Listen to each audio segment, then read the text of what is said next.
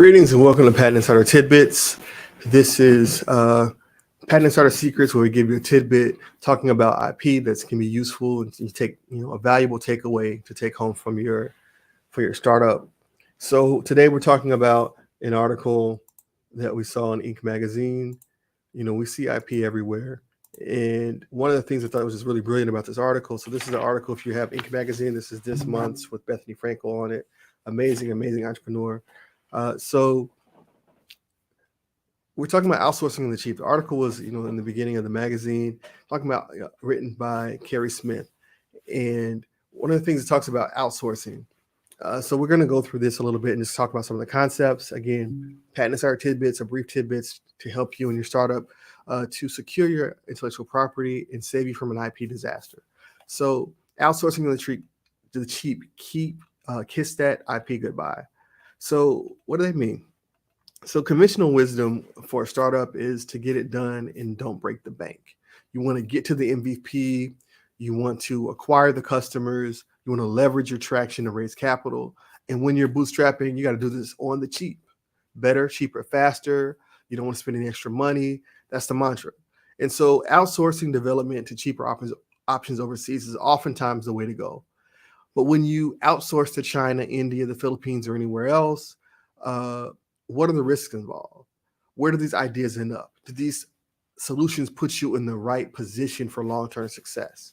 So in this article, when cheap has a price, Carrie Smith, he gives a lot of gems. We want to highlight a portion of it, but there are a lot of things he says about the risk of outsourcing. I suggest you read the whole article. The link to it in our blog, Patent Insider Secrets. But one of the things he says, there's one more big problem with going overseas. If you're selling something that can be easily copied, a manufacturer will know exactly how many you're selling, how much it costs to make, and how to make it. Its employees have access to your intellectual property. They know your product even better than you, and there's no way to guarantee it won't launch a competing product at a lower price because it doesn't have the other expenses you do. One of our own partner companies woke up one morning to discover its electronic gadget for sale on Alibaba with the same name and packaging. Now, I've seen this before myself, some of my clients. I had a client that was doing getting products manufactured overseas in China, and they were doing well, but they were, a startup, so they were only buying a certain volume. I think, sometimes you buy things, it's a minimum, 1,000, 5,000 pieces, whatever. It wasn't a large volume, a large order.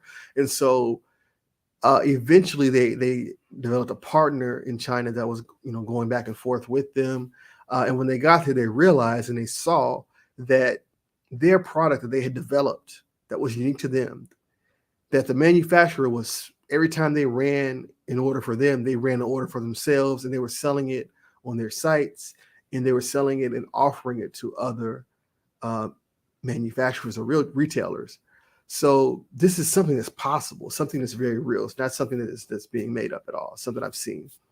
So the article continues. Carrie Smith, he says, yes, there's a long history of American retailers knocking off a supplier's product and undercutting the supplier. But at least you have the U.S. courts. You have access to U.S. courts, as Sonos did when it prevailed over Google for infringing on its IP for wireless speakers. That's a case study. We'll get into it another time. But you see this a lot of times where these things happen. But when you have your intellectual property protected, you have access to courts, you have leverage, you have ways to mitigate this risk and to recoup damages. And let's not forget the geopolitical issues. Relations between the U.S. And China could hardly be called warm these days, which has led to tariffs and heightened concerns about tech security. He's being sarcastic. I mean, we know the real political issues between right now the U.S. and Russia, the U.S. and China, and what impact that has on customers. So that's a lot to consider. Knockoffs on Alibaba, knockoffs by any manufacturer. Do you have a contingency for that? How do you address that? Geopolitics disrupting supply chain timelines, canceling out any cost savings. One of the big reasons smaller companies and even the startups, businesses in that stage seek to outsource is for cost savings. Now, right now, I've seen this actually with my clients and some of my startup customers, that their lead time for parts or so, or for delivery of their products has gone from 6 weeks to 6 months, some cases even 9 months. So that cancels out any cost savings, and sometimes the price has gone up. Supply chains right now being the current supply chain crisis. And so are you in a position to transfer that cost increase to your customers? Will your customers wait, that are used to getting things in 6 weeks? Will they wait for 6 months or 9 months or a year? Will that put you out of business? So these are things that you have to pivot. You have to find a local alternative until you can get that product. So just things to consider. Also, privacy, security, and data protection issues. So one of the things I know that reading an article about the Calendly founder, he got his initial app or software for Calendly was done in the Ukraine. And so as a lot of development is done in Eastern Europe, India, other places. So if you're getting your development outsourced, what happens if that's compromised? Do you have in the user data as information is being sold off on the black market? Do you have, is that something you need to protect against? You need to think about that. So all these things to say, there's a lot to consider when you're outsourcing. And for your startup, ideally the goal of outsourcing is just simply to save money while avoiding disaster. You want to increase your profit, save some money. You don't want to have a disaster. And when it comes to intellectual property, you really want to avoid an IP disaster, because a lot of us, in business, you're making quick decisions and you look back thinking, man, I wish I didn't do that. So when you're in the moment, we have 2 takeaways for you. So one, we have some questions to ask yourself, and then we have 5 things to really think about. And with these, we'll really, give you some tips when outsourcing. Ask yourself this: if the price is cheap, does it still serve your long-term goals? What happens if they copy your product and put it on Alibaba or another site? Are you prepared to deal with that? Can you put that into your cost analysis or your profit and loss? Do you have some contingency for that? What if the war, geopolitics comes up, supply chain, and you get pushed up months behind schedule? Will your customer absorb that? Or do you absorb that? Can you absorb that? What happens if your backend system is compromised and all your personal information is hacked? Do you have some cybersecurity in place for that? Do you have insurance against those type of damages? So you want to have a plan. Do you have a plan for these things? Okay, the last thing in this article is 5 things to make sure you consider when outsourcing. The first is, don't make it all about the price. Price is definitely important, but it shouldn't be the only factor.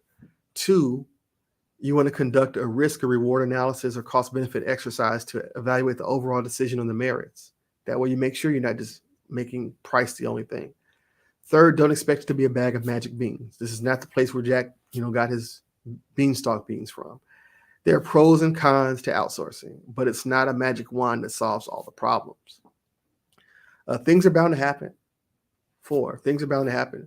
So you have to adapt to make the best decision. And just make sure your eyes are open to it all. And you can't undo any decision. You learn from it to make the best of it. It's reading another story about a founder, and the name escapes me, but it's I want to say it's the founder that came up with Skinny Tea. I think it's Skinny Teas or something like that. And she was making these teas. She's making them in her home. And as her business was growing, she started making them she got a larger space and started making them, had a team of people making the teas. And she was outsourcing the raw materials. Once she hit a certain volume, she said, this would be much better if we could just outsource the entire thing, because this is way too much to process ourselves. So she went to the same manufacturer or where she's getting raw materials from, and she bought a huge order. And she kept getting delays on the order. Kept getting delays on the order. Eventually, what happened? She checked with the manufacturer, because she hadn't had a problem before, and they said, "Oh, this is way too large a volume for us. We had to actually outsource it." So now the outsourcer is outsourcing the product, and so as you know, the end result was what came back was the lowest quality. That's a quality control issue. It was pungent, stagnant, not clean. It was horrible. So it was a loss. They salvaged some of it, but majority, let's say 80 to 90% of it was a loss. And they had invested a lot of their profits into getting this, so this was streamlined and they could focus on other areas of the business. They had to pivot. They had to reach out to customers and say, look, we got a bad batch of tea. Your order's still good. We're going to, make a new order. And they had to slowly kind of build up again and absorb that loss. But the company survived. And they've been able to do much better now. So those are the 5 things, again, to consider when you're outsourcing. And thinking through these things will help you avoid stupid mistakes or hasty decisions. It's not, nothing's wrong with making quick decisions, but you want to make sure that you have a process that you're using to make sure you're not just making decisions solely on one particular area of interest. And as always, you can contact us for a strategy session, and we'll make sure we'll help you get prepared. That's Patent Insider Tidbits, Patent Insider Secrets, Patent Insider Tidbits with Patent Insider Tariq Najila. Until next time.